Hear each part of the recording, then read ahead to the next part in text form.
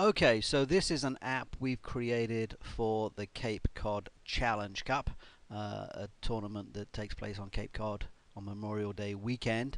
And first it opens up with a nice logo screen and various tabs across the bottom here. So the first one, let's take a look at these one by one. First one is field locations. This particular tournament has 4 different locations, and this gives us an opportunity to get to those locations if we don't know our way around town. We can go in and get GPS locations and maps and directions to the various fields. So here's one for the East Sandwich location. There's another location in West Barnstable.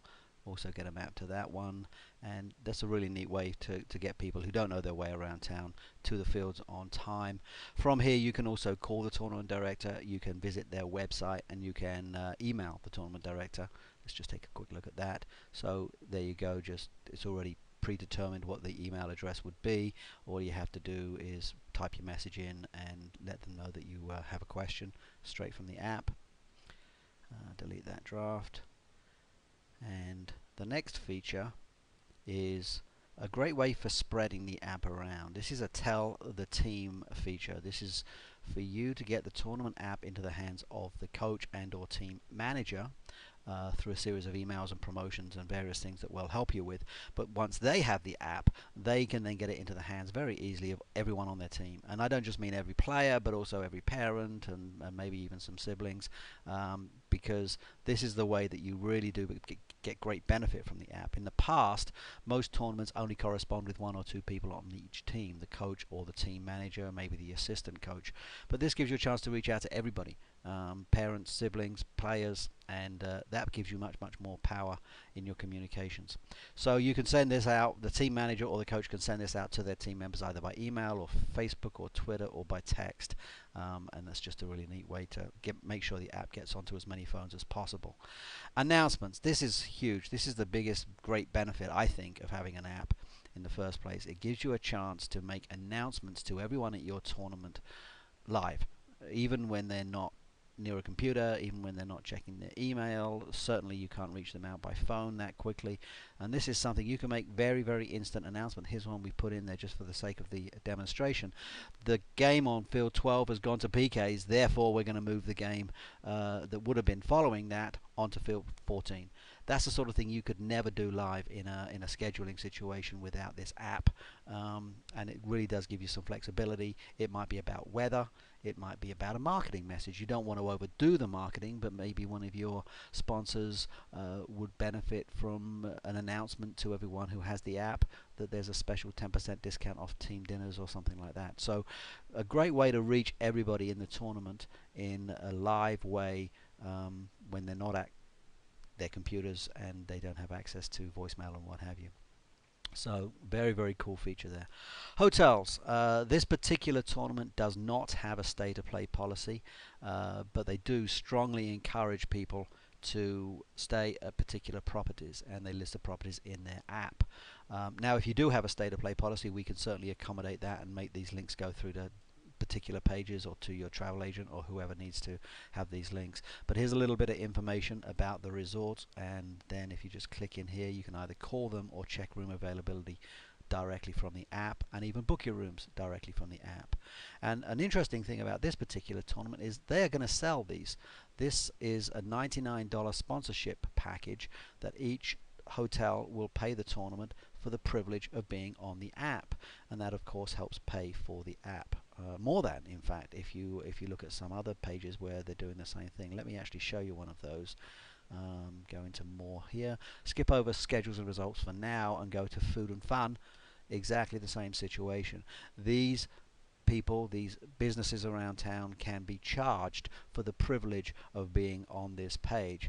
And this page, there are 5 on the opening page, can be charged 1 fee, and I believe the tournament is charging $99, and then the ones who come in below that and have to be scrolled in order to be seen, maybe they pay a little bit less, maybe $49 to be on that. So 5 hotels and 5 businesses around town all paying $99 for the app more than covers the cost of the development of this particular app. So that's a really neat way to make sure not only that it pays for itself, but that it becomes a profit center. Let's go back to schedules and results, because obviously that's a key feature here. And we can go through, we've got all the age groups listed here, and let's go to U12 boys. This one I know is set up properly. We've got the schedule here, so home team versus away team, the time that the game is taking place, and this is the field location. Four Seas is Cape Cod Community College, and that is field G. And you can go through the entire Saturday, Sunday and Monday schedule, and all the games are laid out. Then you can go in while the tournament is ongoing and update scores. It's very, very easy to update these scores live within the app. So one volunteer, or we could even do it for you, we could make some arrangement to do this for you. So these can be updated as the games are completed, and people can have access to these scores through the app. And this is really important, particularly when it comes around to the third game of your group play. And in those cases, very often, it's not just the result of your game that matters, but the result of the corresponding game on some other field, maybe even some other location. And then what typically happens is the tournament director gets loads of phone calls from various teams saying, did we make the playoffs? We won 2-1, but what about the other game? And they don't really know what the score is, and you've got to update the website if you have time. And it's just not a particularly effective way to get that information out to people. So the app can do this for you. Very, very effective. And similarly, the standings. These can be updated live as well. Every game, of course, affects the standings, and ultimately you get a list of all the teams that made the playoffs, and that affects the games for Monday's playoffs. Here's one. Because this was U12s, there were playoffs. Younger age groups, of course, don't even have playoffs, but there you can list all those in the app.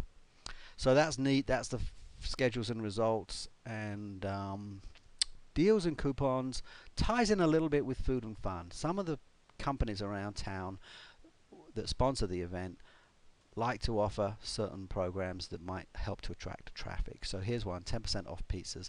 Two Brothers is a pizza joint in town, and this particular restaurant, they are a sponsor of this tournament, and part of that sponsorship includes a 10% off deal to try and drive traffic to their location.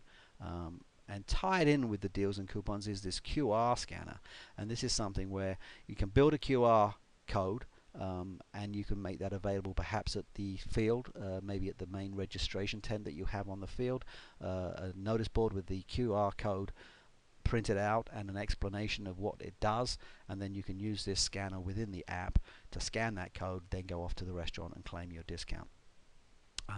Lineups and notes, this is a neat little feature. A lot of phones have this feature anyway, but this one we put directly into the app, and you can go in there and you can actually do your team lineups. So you might have Billy in goal, you might have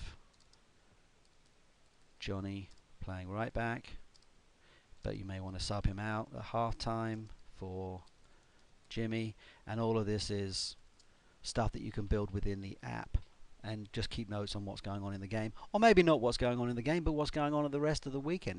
You may be taking a food order. Someone may want to try and make a note of what various people want in their sub for lunch or what have you. So you can put all that stuff into the app, and that's a neat feature. What else we got? Social media. This particular tournament has a pretty good social media presence.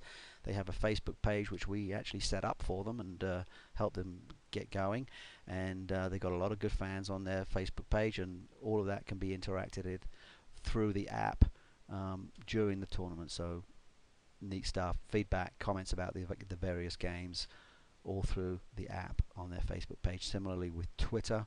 We're going to be working with this particular tournament on some Pinterest stuff. There's some interesting things going on with Pinterest these days, and all of that would be here in the social media tab.